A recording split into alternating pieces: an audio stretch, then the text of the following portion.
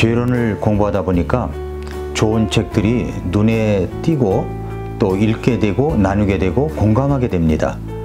존 오웬의 내 안의 죄 죽이기, 조나단 에드워즈의 진노하시는 하나님의 손안에 있는 죄인들, 이런 설교들은 정말 명설교들입니다.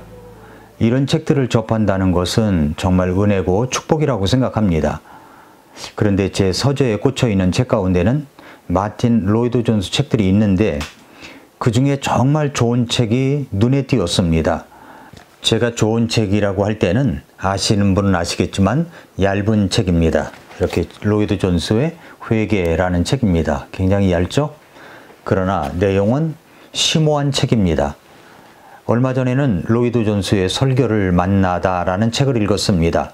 스티븐 로슨 목사님이 지은 책인데 그 로이드 존스의 설교를 분석한 책입니다. 엄청 도전과 은혜가 되었던 책입니다. 오늘 제 손에 잡은 책은 로이드 존스의 회개라는 책입니다.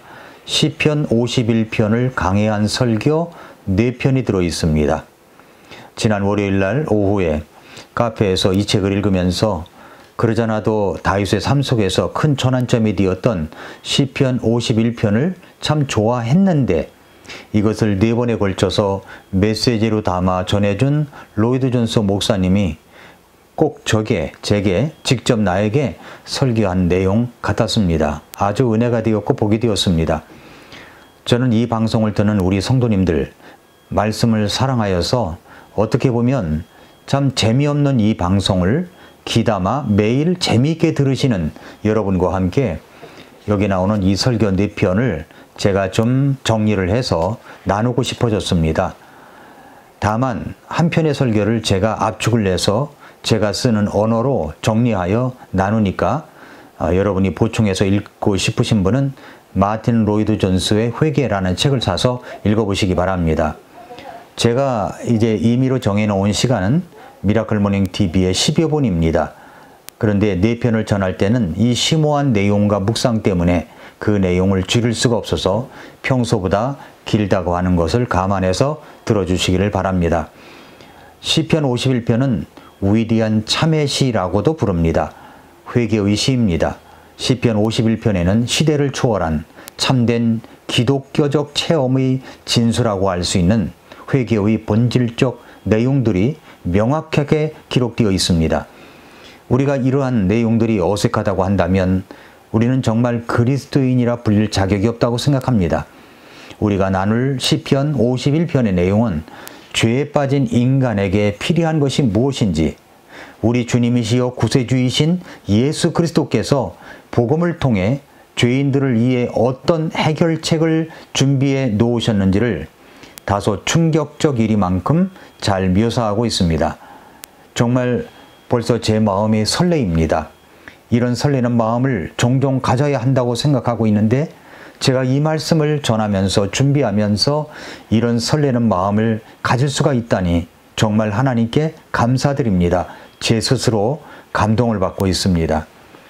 우리는 앞으로 나눌 내용 속에서 우리 주님이시여 구세주이신 예수 그리스도께서 천부여 의지 없어서 손들고 옵니다 라고 손을 번쩍 들고 구원받기를 원하는 사람들에게 복음을 통해 구원을 주시는 예수님을 만날 수 있게 될 것입니다. 그뿐만 아니라 하나님과의 관계를 회복하기 위한 이 중요한 단계와 과정들을 알게 될 것입니다. 우리와 하나님과의 관계는 이 세상 어떤 것과도 바꿀 수 없을 만큼 소중한 것인데 그 소중함을 어떻게 나눌 수 있는지를 알려줄 것입니다. 인생에서 가장 소중한 것은 우리 하나님을 만나는 법을 아는 일입니다. 시편 51편은 그러한 내용들이 들어 있습니다. 오늘은 이제 첫 번째입니다. 오늘은 첫 번째 말씀의 제목은 로이드 존스의 시편 51편 강해, 회개, 내 죄를 통감하는 죄인의 고백이라는 제목을 붙였습니다. 시편 51편은 구약 성경에서 회개의 문제에 대한 고전적 저술입니다. 신구약을 통틀어서 회개에 대한 내용을 잘 정리해 놓은 말씀이라고도 할 수 있습니다. 시편 51편은 표제어가 킹제임스 흠정역 성경에 이렇게 되어 있습니다. 악장에게 준 다윗의 시, 그가 밧세바에게로 들어간 뒤 대언자 나단이 그에게 왔을 때 지은 시. 시편 51편은 이스라엘 왕이었던 다윗의 가증스러운 범죄가 드러난 후에 그의 영혼이 큰 고뇌와 고통 가운데서 겪었던 내용을 기록하고 있습니다. 충성스러운 부하의 아내 밧세바와 동침한 후 대언자 나단이 찾아왔을 때 그 당시의 상황을 담은 메시지입니다. 사실 밧세바의 남편인 우리아와 그의 부모들이나 친지친척들, 친구들이 다윗의 이런 모습을 보았을 때 정말 이런 모습들은 역겨운 이야기이지 않겠습니까? 당시 다윗은 이스라엘 왕이었습니다. 부족함이 없는 사람이었습니다. 그는 한때 목동이었던 사람입니다. 그런데 지금은 왕이 되어 있습니다. 무엇이 부족했겠습니까? 그런 그가 지금 전쟁터 최전선에서 싸우고 있던 부하의 아내를 범한 것입니다. 정말 역겨운 일이 아니겠습니까? 사실 우리 역시 역겨운 일을 저지를 수 있다는 것을 알아야 됩니다. 우리도 다윗이 서 있던 그 자리에 서 있을 수 있다는 사실을 우리가 잊지 말아야 됩니다. 이스라엘 왕 다윗, 전쟁터에 나가야 하는데 나가지 않고 웬일인지 늦잠까지 자고 일어납니다. 그리고 우연히, 정말 누가 보더라도 우연이라고밖에 할 수 없는 그런 상황입니다. 왕궁 옥상을 거닐고 있었는데 그때 매우 아름다운 여인이 목욕하는 것을 보게 됩니다. 자기 부하의 아내였습니다. 그녀를 본 순간 다윗은 욕정이 불같이 일어나서 결국 그녀를 궁궐로 불어들이고 간통을 저지릅니다. 간통죄입니다. 얼마 후 그녀가 임신했다는 소식을 듣고 그것을 은폐하기 위해 우리아를 전쟁터 전선에서 휴가를 보내게 명령하여 그의 아내 밧세바와 잠자리를 갖도록 하려고 이렇게 저렇게 시도를 했지만 또 심지어는 술을 잔뜩 먹여서 인사불성으로 집에 들어가 그의 아내 밧세바와 동침하도록 하려고 했지만 충성스러운 부하 우리아는 아내와 잠을 자지 않습니다. 동료들은 전쟁터에서 싸우고 있는데 자기 혼자 그렇게 호사를 누릴 수 없다는 생각 때문이었습니다. 결국 다윗은 요압에게 편지를 써서 우리아를 최전선 전쟁터에 보내게 하여 죽게 합니다. 살인 교사죄가 된 것입니다. 그리고 우리아가 죽었다는 소식을 통보받자 다윗은 장례 후에 밧세바를 자기 아내로 맞아들입니다. 이렇게 다윗의 모든 것이 간통죄도 살인 교사죄도 끝나는 줄 알았습니다. 그런데 그것을 처음부터 보고 계시는 분이 있었습니다. 바로 하나님이셨습니다. 하나님. 사무엘하 11장 27절에서 말씀하시기를 다윗이 행한 그 일을 주께서 기뻐하지 아니하시니라. 주님께서 기뻐하지 않으셨습니다. 이 말이 정말 무서운 말입니다. 주님이 기뻐하지 않는다는 말. 아마도 다윗은 하나님께서 나단을 보내시기 전까지는 꿈 같은 시간을 보내고 있었을지도 모릅니다. 그런데 어느 날이었습니다. 이런 어느 날이 우리에게도 찾아올 수 있습니다. 하나님의 사람 대언자 나단이 찾아왔습니다. 그리고 왕에게 하나의 이야기를 합니다. 다윗이 좋아하는 양에 관한 이야기입니다. 폐하, 어떤 성읍에 두 사람이 살았는데 한 사람은 양과 염소와 소와 나귀들을 잔뜩 갖고 있는 부자이고 또 한 사람은 양 한 마리를 자식처럼 키우며 행복하게 살아가는 사람이었습니다. 어느 날 부자 집에 이 손님이 왔는데 자기 양들 가운데는 손님 대접할 양을 잡는 것이 아까워서 양 한 마리를 자식처럼 키우며 행복하게 살고 있는 이 가난한 집의 양을 빼앗아 잡아 손님 대접을 했습니다.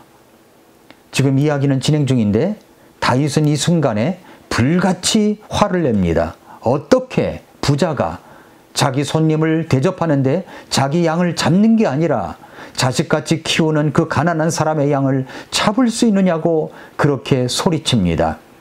벼룩의 간을 빼먹을 일이지 그 치사한 놈은 엄벌에 처하고 4배를 갚아야 할 것이라고 흥분해서 이야기합니다. 그러자 나단이 비장한 각오로 그 순간 이렇게 말합니다. 폐하, 왕이 바로 그 사람입니다. 다윗 왕이 저지른 일이 그런 파렴치한 사람이 저지른 일과 같다는 말입니다.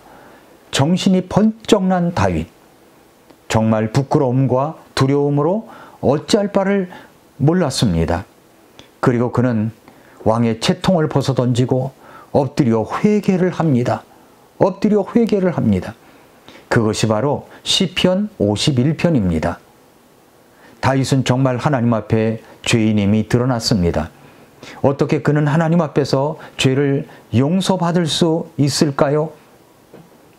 그것은 한 단어로 이야기한다면 회개입니다. 회개.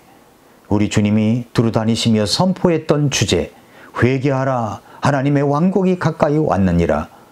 회개는 절대적으로 필요한 것입니다. 사도 바울이 4번, 5번에 걸쳐서 전도 선교 여행을 다니면서 외쳤던 주제는 회개입니다. 회개.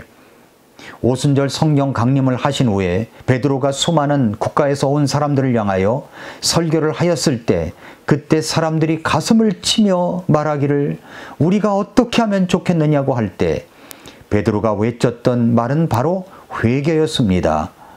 회개하지 않으면 구원을 알 수도 체험할 수도 없습니다. 회개는 구원받기 위해 필수적인 첫 번째 단계입니다. 회개 없는 구원은 없습니다. 여러분, 죄의 본성은 근본적으로 바뀌지 않습니다. 다윗은 시편 51편에서 정말 철저한 회개와 돌이킴, 하나님을 신뢰하는 믿음이 있었기 때문에 변화될 수가 있었습니다. 자기 죄를 깨닫고 하나님께로 돌이키는 몇 가지 단계를 이야기하는데 그 몇 가지 단계를 여러분에게 같이 설명해 나고자 합니다. 첫 번째 단계는 자신이 죄를 지었다는 사실을 깨닫고 시인하는 단계입니다. 시편 51편 1절부터 3절에 오 하나님이여 주의 인자하심에 따라 내게 긍휼을 베푸시고 주의 친절한 긍휼의 풍성하심에 따라 내 범법들을 치워 주소서. 내 불법에서 나를 철저히 씻기시고 내 죄에서 나를 정결하게 하소서. 내가 내 범법들을 시인하오니 내 죄가 항상 내 앞에 있나이다. 어떤 사람이 내 자신이 죄를 지었다고 하는 것을 깨닫고 확신한다면 그 사람은 무엇보다 자신의 죄와 직면하고 자신의 행위를 거짓 없이 살펴볼 것입니다.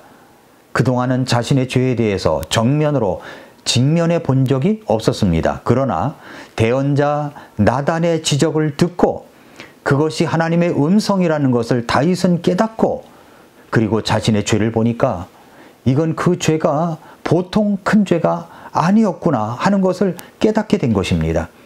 사람은 자기 죄를 하나님이 보시는 안목으로 내 죄를 보는 눈이 있다면 견딜 수 없어 할 것입니다. 내 죄 때문에 말입니다.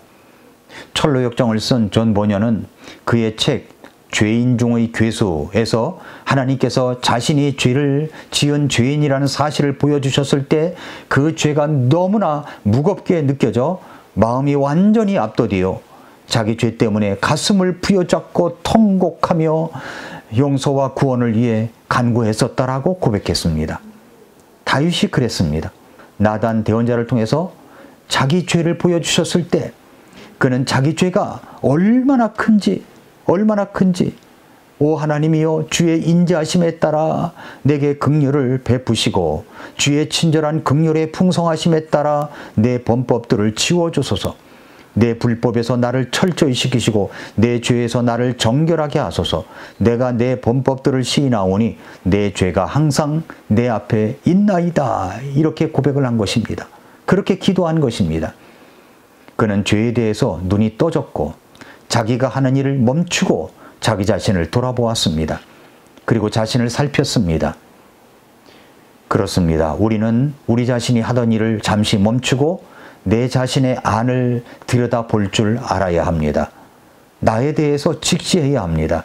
그래야 회개의 자리로 나아갈 수가 있습니다. 하던 일을 멈추고 자신을 돌아보는 시간을 가지십시오. 그것이 첫 번째 단계입니다. 두 번째 단계는 우리가 저지른 일의 성격이나 본질이 정확히 어떤 것인지를 파악하는 단계입니다. 그런데 다윗은 이것을 세 단어로 자기가 저지른 일의 본질을 정확하게 파악하며 고백을 하고 있습니다. 1절, 2절 보세요. 오 하나님이여 주의 인자하심에 따라 내게 긍휼을 베푸시고 주의 친절한 긍휼의 풍성하심에 따라 내 범법들을 치워 주소서. 내 불법에서 나를 철저히 씻기시고 내 죄에서 나를 정결하게 하소서. 내가 내 범법들을 시인하오니 내 죄가 항상 내 앞에 있나이다. 자, 여기서 내 범법들 1절에 2절 내 불법에서 그리고 내 죄에서 라는 말이 나옵니다. 세 단어가 나옵니다. 이 세 단어가 다윗이 언급을 했는데 어떤 단어인지 살펴보겠습니다. 첫 번째는 내 범법들입니다. 주의 친절한 긍휼의 풍성하심에 따라 내 범법들을 지워 주소서.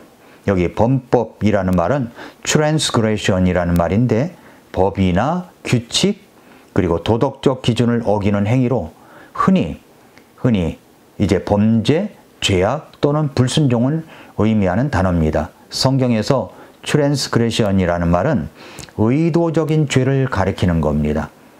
특히 하나님의 명령에 대한 반역이나 고의적인 불순종을 강조하는 단어입니다.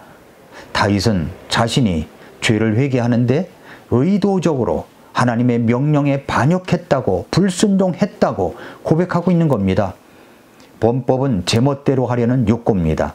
자신이 원하는 일과 즐겨하는 일만 하려는 욕구입니다. 거기에는 의도적인 선택, 적극적인 반항 행위가 들어가 있습니다. 그러니까 범법이라는 것은 우리 양심을 거스르는 행위를 한다는 뜻입니다.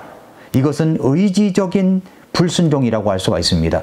그런데 하나님께서 내 죄를 깨닫게 해주실 때, 내 죄가 보일 때 내가 그런 죄, 범법을 저질렀음을 깨닫고 기도한 겁니다.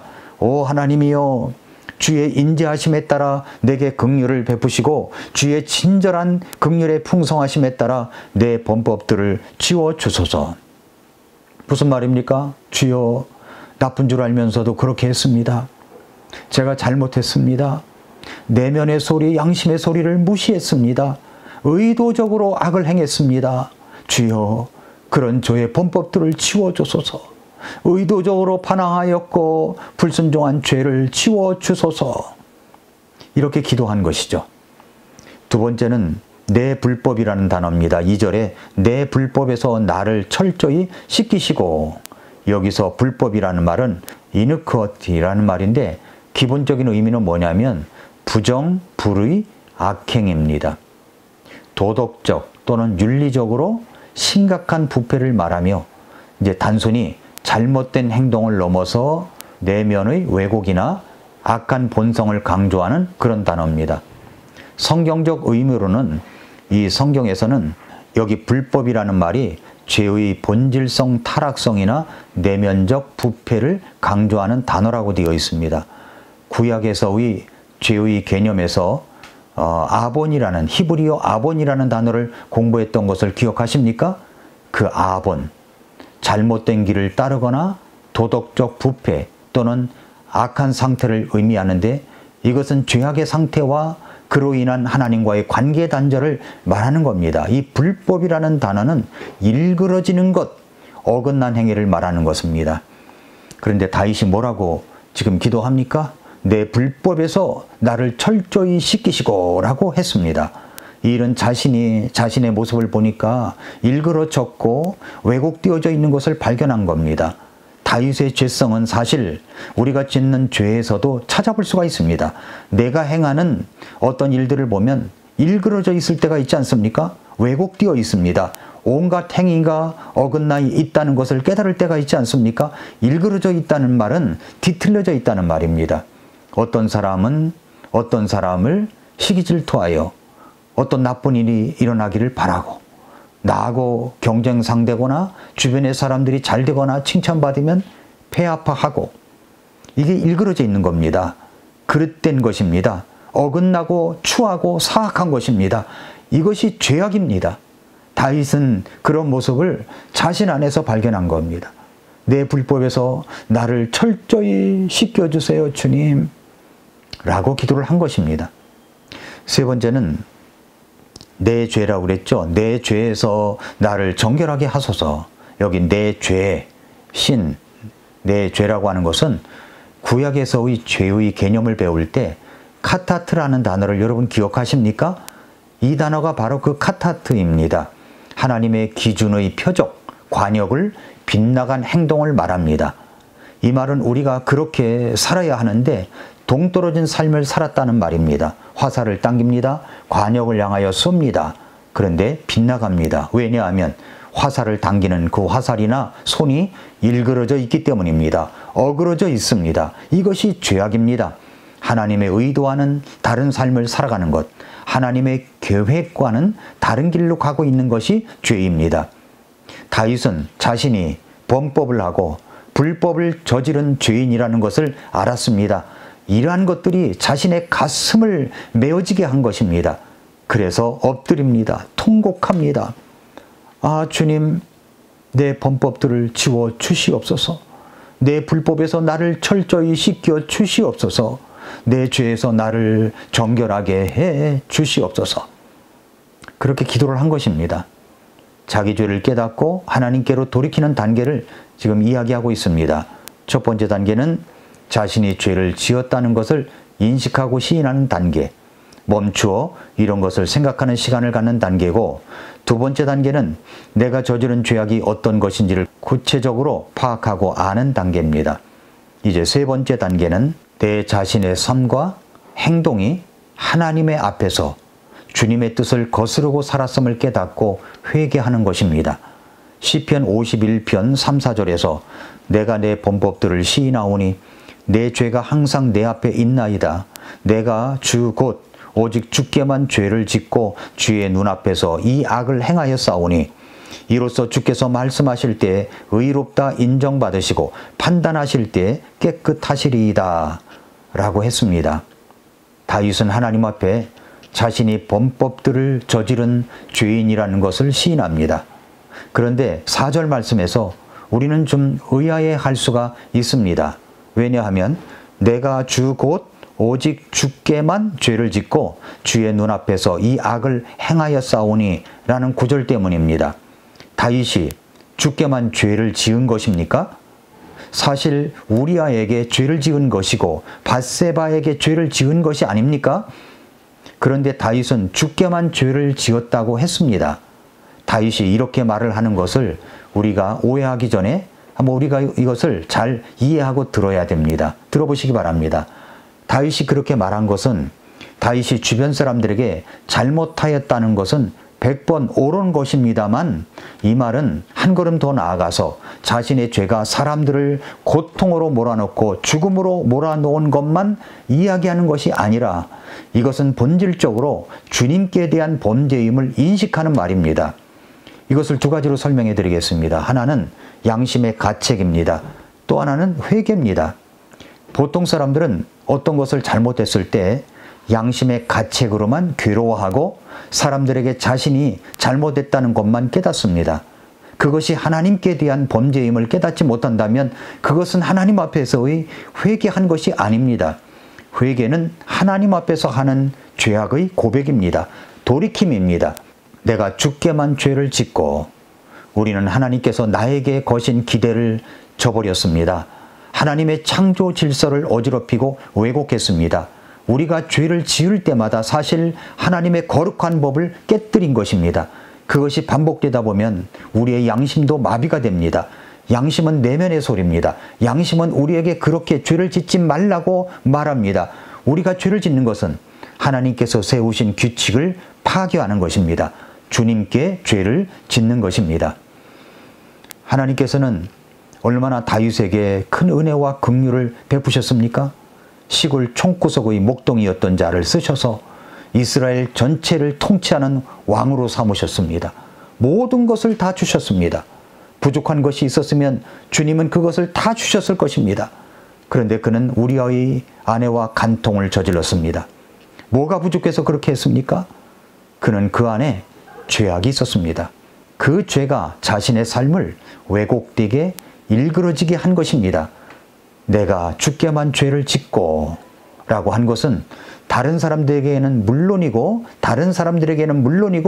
하나님 앞에서의 죄를 고백하고 있는 것입니다. 성도 여러분, 지금의 나를 보십시오.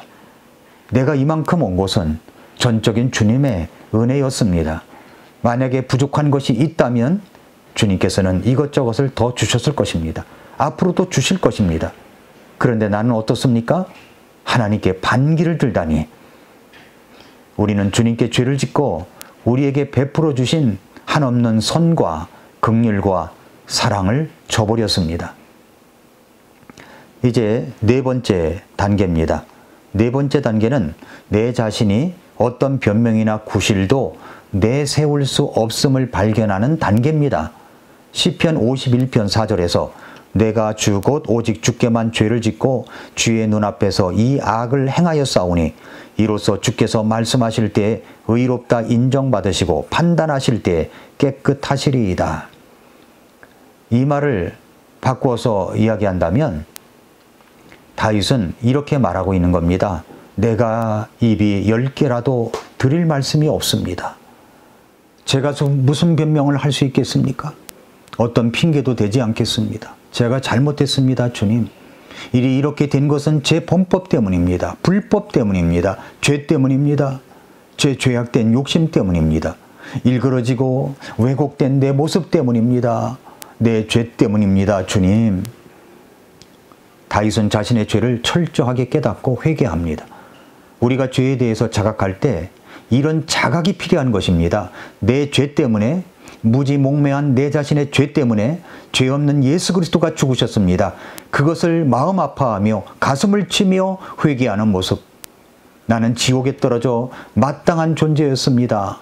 나를 지옥에 보내신다고 하더라도 제가 뭐라고 할 수 있겠습니까, 주님? 저는 마땅히 지옥에 던져질 존재였습니다. 죄를 깨닫는 사람은 이 정도까지 이른다는 것입니다. 다섯 번째 단계, 자신의 본성이 날 때부터 악한 것임을 깨닫고 인식하는 단계입니다.